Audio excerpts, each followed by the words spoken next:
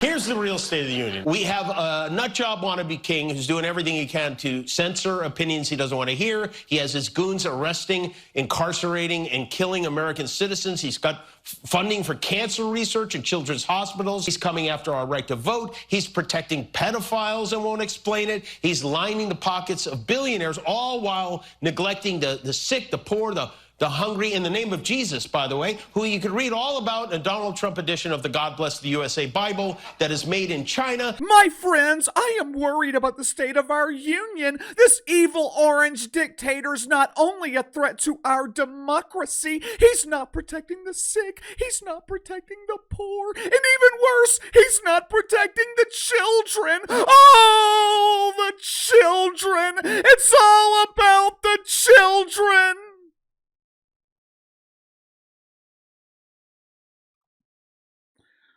I find it ironic that Hollywood is suddenly worried about the children, since, there have been theories for decades that some of the biggest weirdos in the country just so happen to reside in Hollywood.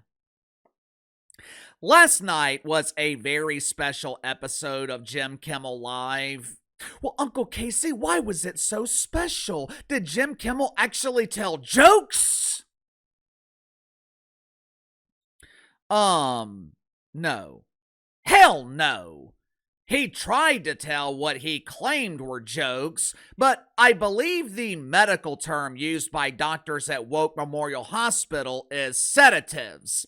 Last night was a special episode of Jim Kimmel Live because the show was actually broadcast live. It wasn't pre-recorded. Jim Kimmel didn't have the benefit of retaping painfully boring segments to make them more entertaining. He didn't have the benefit of removing the sounds of the snoring man sleeping in the front row or the overfed man pretending to be a woman ferociously farting over near the emergency exit.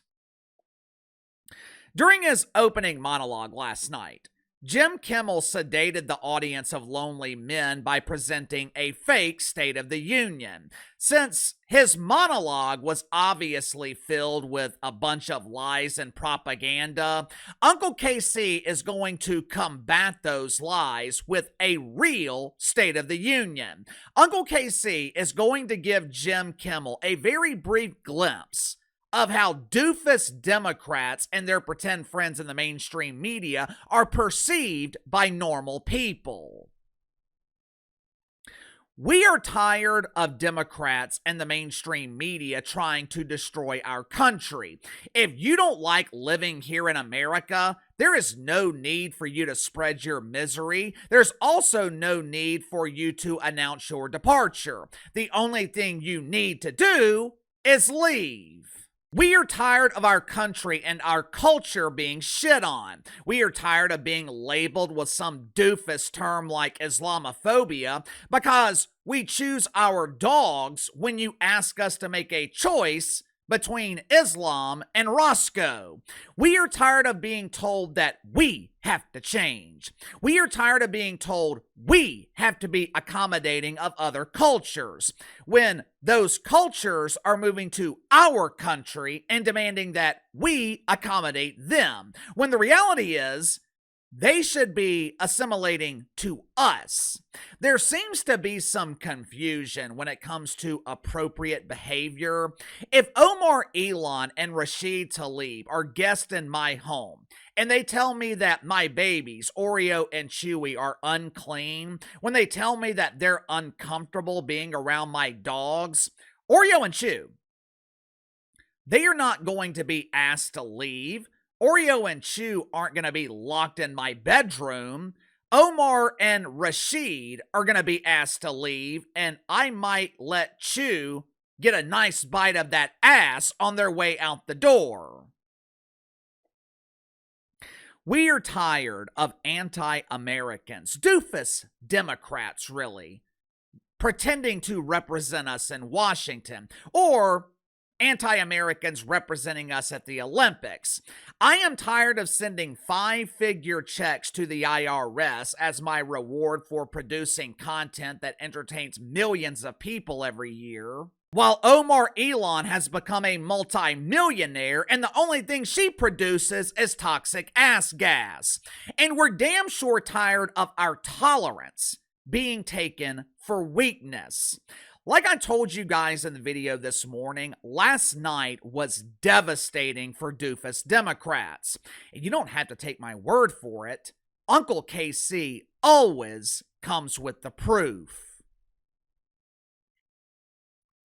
Make sure to like and subscribe. You can follow me on Twitter at KC_BTL84. Let's go and get to the sponsor for today's video, my good friends at Sinusol. Winter is here, spring right around the corner. If you're anything like me, this is the time of year when your allergies are the most active. Normally, I would take daily medications like Claritin to help with my allergies, but this year, I have been using Sinusol Breathe Easy nasal spray. Sinusol Breathe Easy is a low-cost nasal spray that provides relief from chronic issues and symptoms caused by allergies and infections.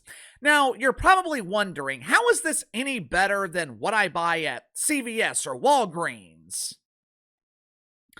Most nasal sprays at pharmacies, they include steroids, which you do not need. Sinusol Breathe Easy is steroid-free and it's medication-free. They use a holistic approach, which includes a unique combination of plant-based ingredients and essential oils.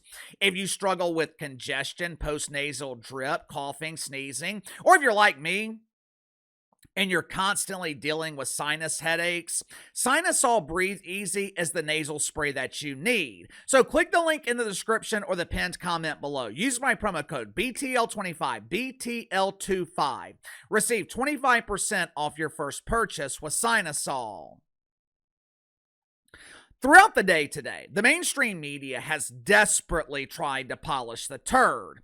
They are trying to convince us that the celebration of America last night, the inspiring speech from Donald Trump, the media is trying to convince us that the speech came from an evil dictator.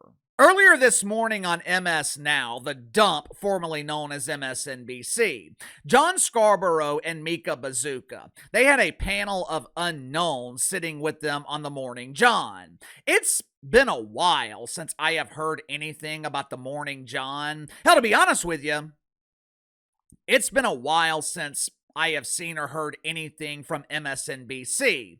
Ever since they fired the wicked weave Joy Reid, MSNBC has struggled to generate headlines, generate interest. If I remember correctly, I think they replaced Joy Reid with another balding beauty. It's been so long since I've seen her, she has probably grown a full head of hair by now. Earlier this morning, Joe Scarborough and Mika Bazooka, they were overreacting to the State of the Union. Now, you got to remember, it wasn't all that long ago. Johnny and Mika, they were spending a romantic weekend with the Trumper at Mar-a-Lago. They were universally criticized by the lonely men and unemployed wanker spankers in MSNBC's audience for having the audacity to congregate with the enemy. It wasn't all that long ago. John and Mika, they were trying to be besties with the Trumper. But all of a sudden, they have returned to their default setting of orgy and bad. Joe Scarborough insinuated that Don Trump is racist because he highlighted Somalian fraud in his speech last night. He made sure to fill another space on his woke bingo card by insinuating that Don Trump was also a fascist.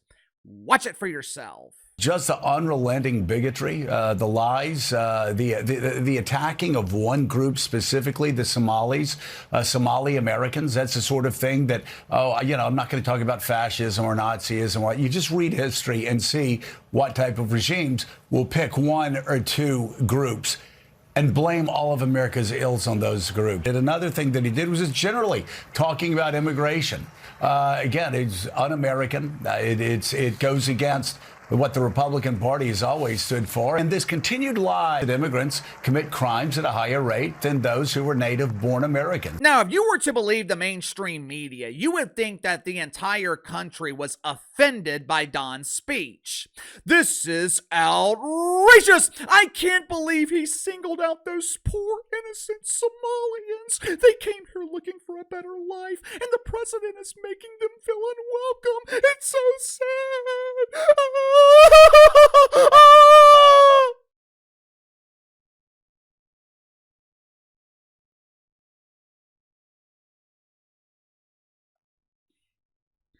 I'm sure there were a lot of Somalians who immigrated here looking for a better life, and some of them were able to find it. Now, of course, their path to a better life meant taking money from taxpayers who would actually earn that money.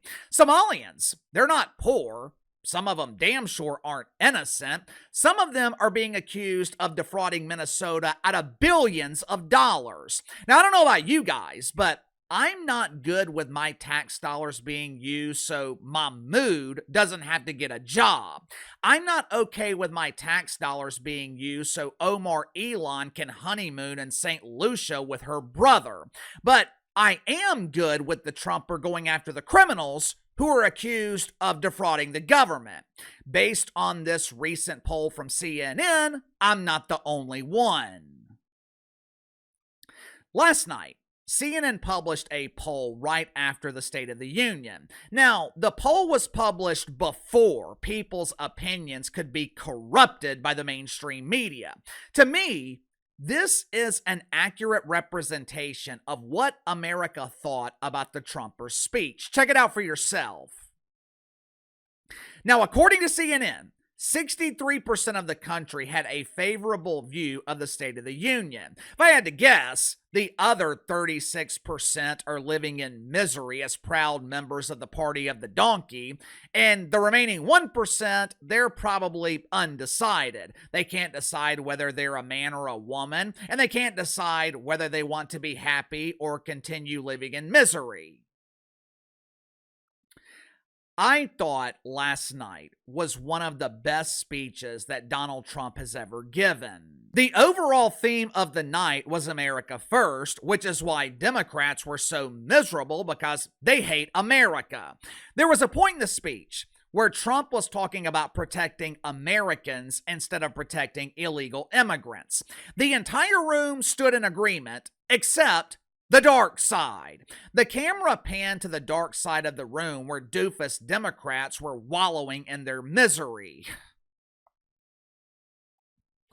You know, going into the midterms in November, I fully expected Republicans to lose. Normally, the balance of power shifts in the midterms. It's rare for the party of the sitting president to have a good showing in the midterms, but if the elections were held today, I think doofus Democrats would get their ass kicked. They have wasted almost 18 months doubling down on the woke wiener. They have wasted almost 18 months doubling down on anti-American garbage.